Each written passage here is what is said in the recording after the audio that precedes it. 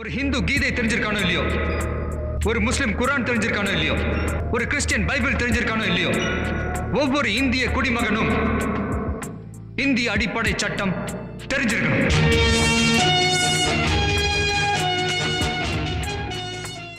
வணக்கம். சென்னை உயர்நீதிமன்ற வழக்கறிஞர் ரமேஷ் பேசுகிறேன். இந்த முறை பேச போகிற தலைப்பு ரொம்ப முக்கியமான தலைப்பு. ஸ்கிப் பண்ணாமல் பாருங்கள். நிறைய விஷயம் சொல்லியிருக்கேன். ஒரு செய்தி, பத்திரிகை செய்தி, ஒரு நீதிமன்ற தீர்ப்பு, அது அப்படியே கடந்து போயிடக்கூடாது. அதுலேருந்து நம்ம என்ன பாடம் கற்றுக்கிட்டோம் அப்படின்றது தான் இது ரொம்ப முக்கியமான விஷயம்.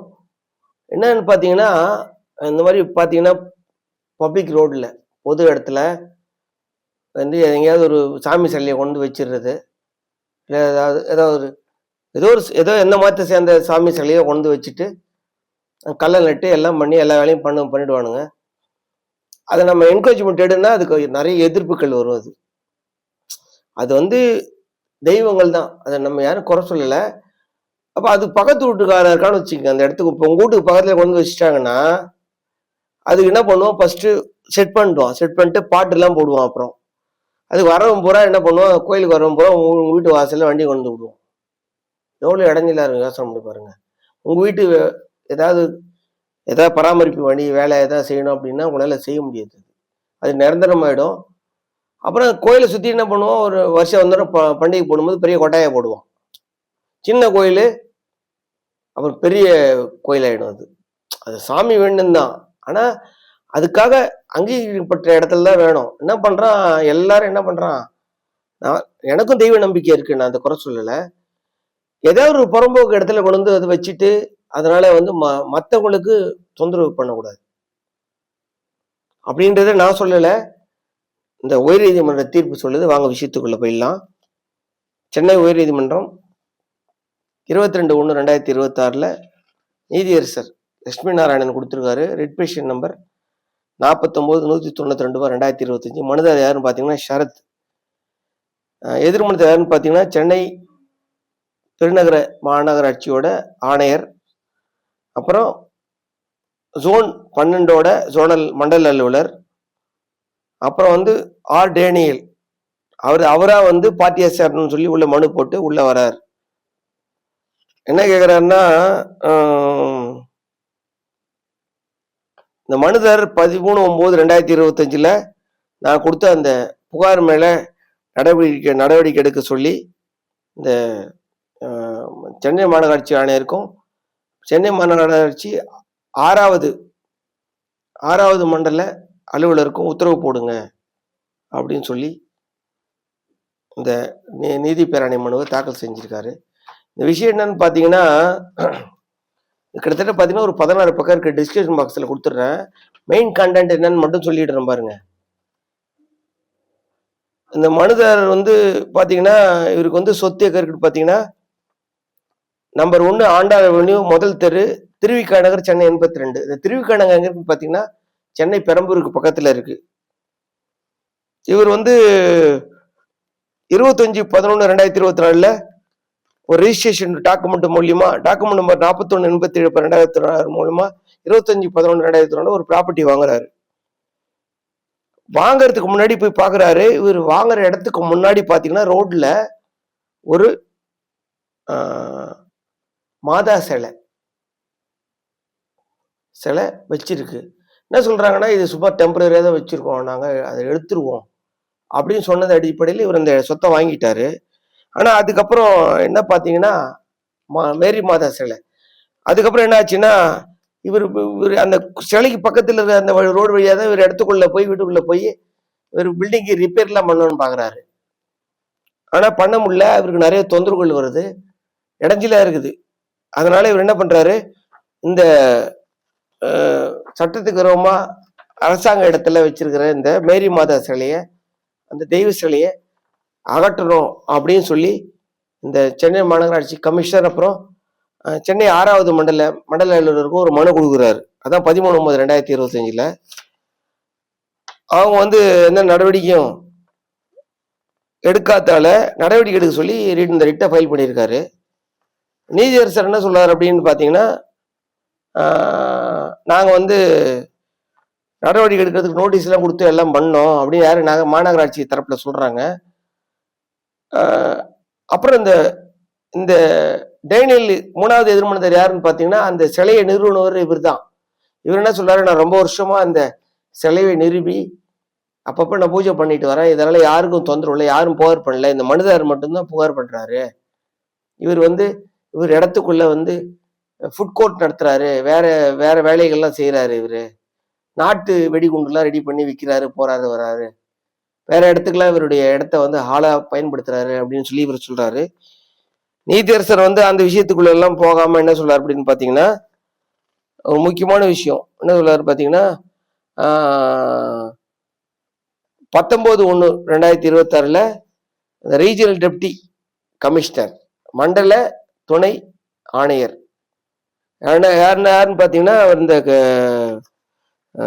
சென்னை கார்பரேஷன் கமிஷனர் இருக்கிறவர், மண்டல அலுவலருக்கு மேல நிலையில் இருக்கிறவர் ஒரு ரிப்போர்ட் ரெடி பண்றாங்க. நீதிமன்ற ஆணைப்படி போய் அந்த இடத்தை விசிட் பண்ணிட்டு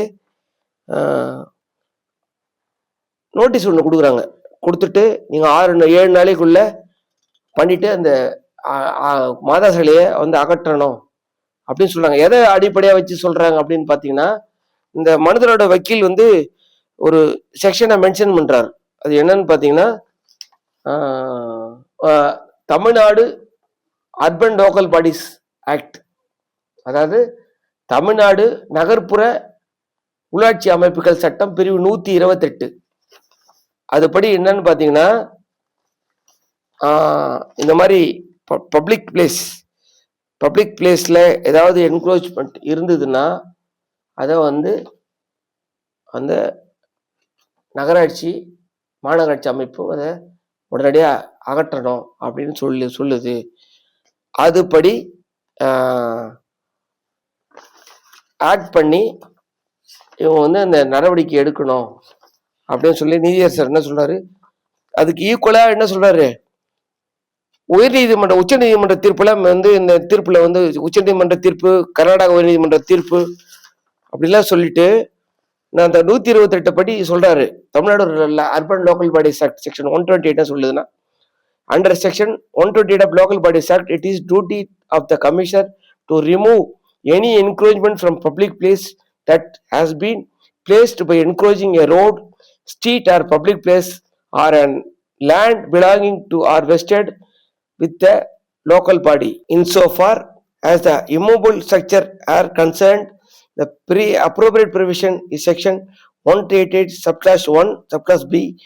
Under this section, it is the duty of the commissioner to ensure that a street or public place or land belonging or vested within the municipality is kept free of any encroachment. The section contemplates that the commissioner should issue notice for such removal and the period of notice shall be 7 days. இது எந்த பேரால படிக்கிறீங்கன்னா, 12வது பக்கத்துல பேரா number 20 சொல்றேன். இந்த பிரிவு நகர்ப்புற உள்ளாட்சி அமைப்புகள் சட்டம் பிரிவு 128 என்ன சொல்லுது அப்படின்னு பாத்தீங்கன்னா, ஒரு பொது நகராட்சிக்கு சொந்தமான மாநகராட்சிக்கு சொந்தமான ஒரு பொது இடம், தெரு, வேற ஏதாவது இடத்துல ஏதாவது ஒரு ஆக்கிரமிப்புகள் இருந்ததுன்னா பிரிவு 128 1B படி அதை அகற்ற சொல்லி சம்பந்தப்பட்ட நபருக்கு நோட்டீஸ் கொடுத்துட்டு 7 நாளுக்குள்ள அகற்றணும்னு சொல்லி நோட்டீஸ் கொடுக்கணும் அப்படின்னு சொல்லுது. அதனால சட்டப்படி சென்னை மாநகராட்சி ஆணையர் இந்த சட்டப்பிரிவுப்படி அந்த தெய்வ சிலையை, அந்த மாதா சிலையை கட்டாயம் அகற்றியே ஆகணும் அப்படின்னு சொல்லிட்டு இந்த ரிப்போர்ட்டை என்ன சொல்றாரு, இந்த உத்தரவை என்னைக்குள்ள பண்ணுன்றாரு. 11/2/2026 அன்னைக்கு இந்த நிறைவேற்றின உத்தரவை பத்தி எனக்கு அறிக்கை கொடுக்கணும் கோர்ட்ல அப்படின்னு சொல்லி 22/1/2026 உத்தரவு போடுறாங்க. இந்த நகராட்சியிலேருந்து எப்போ நோட்டீஸ் கொடுக்குறாங்கன்னு பார்த்தீங்கன்னா 19/1/2026. இவர் கொடுத்த நோட்டீஸ் எப்படி பார்த்தீங்கன்னா எக்ஸ்பைரி ஆயிருக்கும் கண்டிப்பா. ஏற்கனவே நோட்டீஸ் கொடுத்துருப்பாங்க. நோட்டீஸ் கொடுத்ததுலேருந்து 7 நாளைக்குள்ள நீங்க அதை பொது இடத்துல வச்சிருக்கிற அந்த சாமி சிலையை நீங்க கண்டிப்பா எடுத்தே ஆகணும் அப்படியே அந்த நோட்டீஸ் பிரியுது, அதுக்குள்ளே எடுத்துட்டோன்னு சொல்லி நீதியரசர் போட்டுட்டு கம்ப்ளைண்ட்ஸுக்கு 11/2/2026 அன்னைக்கு என் முன்னாடி வைங்க அப்படின்னு சொல்லி இந்த உத்தரவு போட்டிருக்காரு. அந்த பிரிவு இது நீதியரசர் கொடுத்த உத்தரவு. இந்த சட்டப்பிரிவு என்ன சொல்லுதுன்னு நான் உங்களுக்கு படிக்கிறேன் பாருங்க. இது இல்லாம இந்த Tamil Nadu urban local bodies act இது கிட்டத்தட்ட பாத்தீங்கன்னா இதுல ஒரு 200 சட்டப்பிரிவுகள் இருக்கு. கிட்டத்தட்ட 138 பக்கம் இருக்கு. இந்த தீர்ப்போடு சேர்த்து நான் உங்களுக்கு இந்த சட்டத்தை உங்களுக்கு கொடுக்குறேன். இந்த பிரிவு என்ன சொல்லுது பாருங்க, 128 நான் படிக்கிறேன் பாருங்க. அதான் சொல்லணும், இந்த வெறும் விஷயமா கடந்து போயிடக்கூடாது. சட்டம் என்ன சொல்லுதுன்றத நம்ம தெரிஞ்சுக்கணும். இந்த பாருங்க, Tamil Nadu urban local bodies act 1988, Tamil Nadu நகர்ப்புற உள்ளாட்சி அமைப்புகள் சட்டம் 1988, பிரிவு 128, power to remove encroachment from public place. The commissioner May remove without any notice any movable temporary structure, enclosure, stall, booth or any article whatsoever how could exposed or displayed for sale for any other thing whatsoever by of encouraging street or public place land belonging to the estate to the municipality with that municipal limit. அதாவது ஈஸியா நவுத்துற மாதிரி ஒரு தள்ளு வண்டியில போட்டு வச்சிருக்காங்க, ஏதோ ஒன்று ஈஸியா நவுத்துற மாதிரி இருந்ததுன்னா நோட்டீஸே இல்லாம அதை எடுத்துடலாம், உடனடியே எடுத்துடலாம் அப்படின்னு இந்த சட்டப்பிரிவு 128A சொல்லுது. 128B என்ன சொல்லுது, ரிமூவ் எனி இமூவபிள் ஸ்ட்ரக்சர். இது மூவபிளா,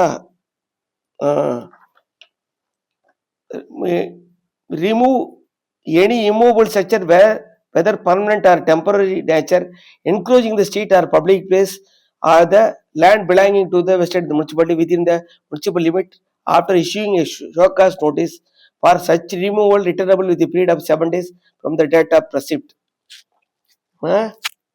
Provided the commission shall consider any representation received within the time limit before passing final orders. என்ன சொல்ற அந்த பிரிவு என்ன சொல்லுது அப்படின்னா, ஏதாவது பர்மனன்ட் ஸ்ட்ரக்சர் செங்கல் வச்சு கட்டி பொது ரோட்ல வச்சு நவுத்த முடியாத அளவுக்கு வச்சிருந்தாங்க அப்படின்னா அதை 7 நாளுக்குள்ள அந்த ஆக்கிரமிப்பை அகற்றணும்னு சொல்லி அந்த ஆக்கிரமிப்பு பண்ணவருக்கு 7 நாள் நோட்டீஸ் கொடுக்கணும் அப்படின்னு. இது சம்பந்தமா ஏதாவது புகார் வந்தா அதை பரிசீலிச்சு அந்த மாநகராட்சி ஆணையர்கள் உத்தரவு போடணும் அப்படின்னு இந்த பிரிவு சொல்லுது. இதுலயே 2, whoever makes any encroachment in any land or space not being private property in any public street or any, நான் சொல்றது பூரா எல்லாம் நகராட்சிக்கு சொந்தமான பொது இடம், தெரு, எந்த இடமா வேணா இருக்கலாம், ஆனா அது நகராட்சிக்கு சொந்தமாவா இருக்கணும். Any public street or any land belonging to the vested in the municipality within the municipal limit shall a conviction be punished with imprisonment which shall not be less than 1 year but which may extended to 3 years with fine and extend to 50,000 rupees. என்ன, provided that the court may be any adjudicate or special reason to be mentioned the judgment impose sentence imprisonment a term of more than 1 year. என்ன சொல்லுதுன்னா, இந்த இடத்த அந்த மாதிரி பொது இடத்தை ஆக்கிரமிச்சு யாராவது தெருவையோ இல்ல பொது இடத்தையோ ஆக்கிரமிச்சு இந்த மாதிரி நிரந்தர அமைப்புகள் ஏதாவது கட்டினாங்க அப்படின்னா கோர்ட் இவங்க நோட்டீஸ் கொடுத்த பிறகும் அகற்றலை அப்படின்னா 128 உட்பிரிவு 2 என்ன சொல்லுது அப்படின்னா, அவருக்கு 1 வருஷத்துல இருந்து 3 வருஷம் வரைக்கும் சிறை தண்டனை, அது இல்லாத 50,000 ரூபாய் அபராதம் அப்படின்னு சொல்லுது. சட்டப்பிரிவு எவ்வளவு தெளிவா சொல்லுது பாருங்க. இந்த சட்டத்துல இருந்து நம்ம எவ்வளவு பெரிய விஷயங்கள் கத்துக்கணும். ஆனா இந்த தமிழ்நாடு லோக்கல் பாடிஸ் ஆக்ட் என்னன்னு பாத்தீங்கன்னா, நகராட்சி மாநகராட்சிக்கு மட்டும் பொருந்தாது, டவுன் பஞ்சாயத்துக்கும் பொருந்தும். இந்த சட்டப்பிரிவோட பிரிவு 2 என்ன சொல்லுதுன்னு பாத்தீங்கன்னா, இது பாருங்க, பிரிவு 2ல உட்பிரிவு சட்டப்பிரிவு 2ல உட்பிரிவு 6 என்ன சொல்லுதா, சேர்பர்சன் டெப்டி கனெக்ஷன் போட்டு in relation municipal corporation mayor or the deputy mayor in relation the municipal council chairperson vice chairman போட்டு in relation town panchayat chairman chairperson or vice chairman. நகராட்சியில தலைவராக இருந்தாலும் சரி, துணைத் தலைவராக இருந்தாலும் சரி. அதே மாதிரி நகராட்சி பேரூராட்சியில தலைவர் சொல்லுவாங்க பாத்தீங்களா, பேரூராட்சியில டவுன் பஞ்சாயத்துல தலைவராக இருந்தாலும் சரி, துணைத் தலைவராக இருந்தாலும் சரி. அதே மாதிரி கமிஷனர் மீன்ஸ் 2ல உட்பிரிவு 7 சொல்லுது பாருங்க. Commissioner mean relations in municipal corporation and municipal council the commissioner of the municipal corporation or municipality as case பிபி. நகராட்சியில இருந்தா நகராட்சி ஆணையர், அதுவே வந்து இன் ரிலேஷன்ஷிப் டவுன் பஞ்சாயத்து இருந்தா executive officer of the town panchayat. இதே வந்து பேரூராட்சியா இருந்தா அதோட செயல் அலுவலர். அவங்களுக்குலாம் வந்து இந்த சட்டம் வந்து பொருந்துன்னு சொல்றாங்க. இந்த பாருங்க பிரிவு இதுலயே சொல்றேன் பாருங்க. இப்ப நான் எடுத்து படிச்சேன் இல்லையா, இது 128 படிச்சா அதுக்கே 129 தெளிவா சொல்லுது. நகர்ப்புற உள்ளாட்சி அமைப்புகள் சட்டம் 129. Naming and numbering of streets and building. ஒரு தெரு இருக்குன்னு வச்சுக்கோங்க, அந்த தெருவுக்கு வந்து போர்டு வச்சாகணும் கம்பல்சரியா. அதே மாதிரி அந்த தெருவில் இருக்கிற வீடுகளுக்கு எல்லாருக்கும் என்ன நகராட்சி செலவுலையோ இல்லை பேரூராட்சி செலவுலையோ ஒரு நம்பர் கொடுத்து அது வீட்டு வாசல்ல பெயிண்ட்ல எழுத வேண்டிய வேலை யாருது? அந்த நகராட்சி பேரூராட்சியோட வேலைன்னு நான் சொல்லல, சட்டம் சொல்லுது. ஆச்சுங்களா? இதுல பாருங்க இன்னொரு விஷயம் பாருங்க, சொல்றேன் பாருங்க, எவ்வளவு அற்புதமான விஷயங்கள்லாம் இருக்கு பாருங்க. இதுல உங்களே படிச்சு பார்த்துட்டு மிரண்டுட்டேன் நான் உங்களுக்கு. நம்ம சட்டம் தெரிஞ்சுக்கிட்டா எவ்வளவு விஷயம் பாருங்க. இதிலே பிரிவு 106 நகராட்சி உள்ளாட்சி அமைப்புகள் சட்டம், Tamil Nadu urban local body acts, அதாவது நகர்ப்புற உள்ளாட்சி அமைப்புகள் சட்டம் பிரிவு 106ல இம்போர்ட்டிங் ஆஃப் ஸ்டே அனிமல்ஸ் என்ன சொல்லுது? இந்த பிரிவு 106 என்ன சொல்லுது? ரோட்ல வந்து மாடு கட்டிக்கிட்டு பால் கறக்கக்கூடாது, ரோட்ல எந்த விலங்குகளையும் அவுத்து விடக்கூடாது. அந்த மாதிரி விட்டா அதை உடனடியே பிடிச்சி அடைக்க வேண்டியது, நடவடிக்கை எடுக்க வேண்டியது சம்பந்தப்பட்ட அந்த நகராட்சி ஆணையர், டவுன் பஞ்சாயத்தா இருந்தா அதோட செயல்களோட பொறுப்புன்னு சொல்லுது. ஆச்சுங்களா? சொல்றேன் பாருங்க உங்களுக்கு, இதெல்லாம் ஆச்சுங்களா? அதே மாதிரி இந்த மாதிரி இது இருக்குல்ல, நம்ம ஆளுதான் உங்களுக்கு தெரியும், கல்யாணம் காது குத்து ஏதாவது ஒண்ணுன்னா ரோட்ல கொண்டு பெரிய இதை நட்டு 2 மரத்தை நட்டு மஞ்சள் நீராட்டி விடா அப்படின்னு சொல்லி வச்சுடுவான். இவன் வச்சுட்டு போடுவான், நிகழ்ச்சி முடிஞ்சிடும், எடுக்கவே மாட்டான். அதை ரோட்ல எவனா நிற்பான், காத்து அடிக்கும், மழை பெஞ்சுது, காத்து ஓவராச்சுன்னு வச்சுக்கோங்க, எவனா பாவம் அப்பாவி அங்க நிற்பான், அவன் மேல சாஞ்சி ஊத்தோன்னா அவன் செத்து போடுவான். இப்ப அதுக்குதான் என்ன சொல்றாங்க அப்படின்னா, இதுல 117 ஆச்சுங்களா ரெகுலேஷன் என்ன சொல்றேன்னு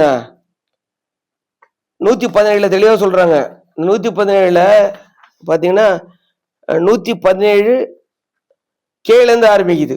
டிஜிட்டல் பேனர்னா என்ன, ஹோர்டிங்னா என்ன, பிளே கார்டுனா என்னன்னு சொல்லிட்டு 117 என்ன சொல்லுது? லைசன்ஸ் இல்லாம எந்த போர்டையும் யாரும் எங்கேயும் வைக்கக்கூடாது. அதாவது நகராட்சி உள்ளாட்சி அமைப்புகள்கிட்ட அனுமதி வாங்காம அதுக்கு எவ்வளவுன்னு போட்டிருக்காங்க, லைசன்ஸ் இல்லாம பண்ணீங்கன்னா அவங்க மேல நடவடிக்கை எடுப்பாங்க. புரியுதா இல்லையா? லைசன்ஸ் வாங்கணும் 117 சொல்லுது. ஆச்சுன்னா என்ன சொல்லுது, அது என்ன விதிமுறைன்னு சொல்லி 117 சொல்லுது. அந்த விதிமுறையெல்லாம் நீங்க பின்பற்ற 117 வந்து அந்த லைசன்ஸ் உங்களுக்கு கொடுத்த லைசன்ஸை பர்மனண்டா ஒரு இடத்துல நீங்க வச்சிருக்கீங்க, அது விதிமுறைக்கு உட்பட்டு அந்த ரத்து பண்ணி அந்த போர்டையே கம்ப்ளீட்டா எடுத்துடலாம். இன்னொரு எந்த அனுமதி வாங்காம இந்த மாதிரி நம்மளுக்கு காது குத்தல் அப்படி இப்படின்னு விளம்பரம் வைக்கிறான்னு வச்சுக்கோங்க. இங்க பாருங்க 117 சொல்லுது, removal of unauthorised hoarding, digital banner or placard. Any hoarding erected without license or any digital banner or play card erected without permission shall be confiscated and removed by the commissioner without giving any notice, and recover the cost of removal from the person who has erected the unauthorized hoarding, digital banner or play card as an arrear of the land revenue. இப்போ அனுமதி இல்லாம நகராட்சிகிட்டையோ மாநகராட்சிகிட்டையோ இல்லை down பஞ்சாயத்துலயோ அனுமதி அவங்க கம்பத்தை நட்டு போட்டானா எந்த நோட்டீஸே கொடுக்காம அந்த இதை உடனடியா வந்து டவுன் பஞ்சாயத்தோ இல்லை நகராட்சியோ மாநகராட்சியோ உடனடியாக இந்த கமிஷனர் இல்லை செயலர் அகற்றிட்டு அந்த அகற்றத்துக்கான செலவை சம்பந்தப்பட்ட நபர்கிட்ட இருந்து வசூலிக்கலான்னு இந்த சட்டப்பிரிவு சொல்லுது. அதே மாதிரி லைசன்ஸ் பீரியடு முடிஞ்சு அந்த நீங்க அனுமதி வாங்கி ஒரு லைசன்ஸ் பீரியடு ஒரு அனுமதி வாங்கி வைக்கிறீங்க உள்ளாட்சி அமைப்புகள்கிட்ட வாங்கிட்டு அதை எடுக்கலனாலும் அதுக்கு நடவடிக்கை எடுக்கிறதுக்கு 107 சட்டப்பிரிவு 117 சொல்லுது. ஆச்சுங்களா? இதெல்லாம் சொல்லிட்டு எக்ஸம்ஷன் இதெல்லாம் சொல்லிட்டு இது மாதிரி நீங்க என்ன சொல்றது, இது மாதிரி நீங்கள் அப்ளிகேஷன் கொடுத்துட்டு நான் நடவடிக்கை எடுக்கலைன்னா அந்த கமிஷனர் போட்ட ஆர்டரை எழுத்து ஒரு அனுமதி கேட்டு நாங்கள் அனுமதி இந்த போர்டு மாதிரி போர்டு வைக்க போகிறோம் அப்படின்னு ஒரு அனுமதி கேட்டு நீங்கள் அப்ளிகேஷன் கொடுங்க. ரிஜெக்ட் பண்ணால் நீங்கள் அப்ளிகேஷன் போடலாம், அது மேலே அப்பீல் போடலான்றதை 117(6) வந்து சொல்லுது. இப்போ என்ன சொல்றது, இது மாதிரி நீங்கள் போர்டுலாம் வச்சிருக்கீங்க ஆனால் சட்டப்படி வைக்கல, அப்படி ஏதாவது பண்ணீங்கன்னா அதான் அந்த பெனால்ட்டி சொல்றாங்க. என்ன சொல்றாங்க, prohibition of erection of boarding, அனுமதி இல்லாம பண்ணா அதை பத்தி என்ன நடவடிக்கை 117(T) சொல்லிட்டு இதுல 117(U) பெனால்ட்டி சொல்லுது. whoever contravenes any provisions of this chapter or any rule or order made thereunder or obstructs lawful exercise of any power conferred under the chapter shall be punished with an imprisonment extended 3 years or fine or extended 25,000. 3 வருஷம் வரைக்கும் ஜெயிலுக்கு அனுப்பலாம், 25,000 ரூபாய் fine போடலாம். நீங்க மதிக்கல, போல பண்ணல, உங்களுக்கு சொல்லி நோட்டீஸ் கொடுத்து எடுக்கல, அதனால ஏதாவது ஆச்சு அப்படின்னா உங்க மேல சட்டப்படி நடவடிக்கை எடுக்கிறதுக்கு உள்ளாட்சி அமைப்புகளுக்கு அனுமதி இருக்குதுன்னு சொல்லி தெளிவா சொல்லியிருக்கிறாங்க. பாத்தீங்களா, பில்டிங் ஏதாவது நீங்க ஆல்டர் பண்ணோம் ஏதாவது பண்ணோம் அப்படின்னு சொன்னீங்கன்னு வச்சுக்கோங்க, பில்டிங் சைஸ் 120ல பர்மிஷன் வாங்கணும். நீங்க அதை ஆல்டர் அனுமதி இல்லாம வாங்கினீங்கன்னா நடவடிக்கை எடுப்பாங்க. அது மாதிரி சொல்லிட்டே போது முக்கியமான விஷயம் சொல்றேன் பாருங்க.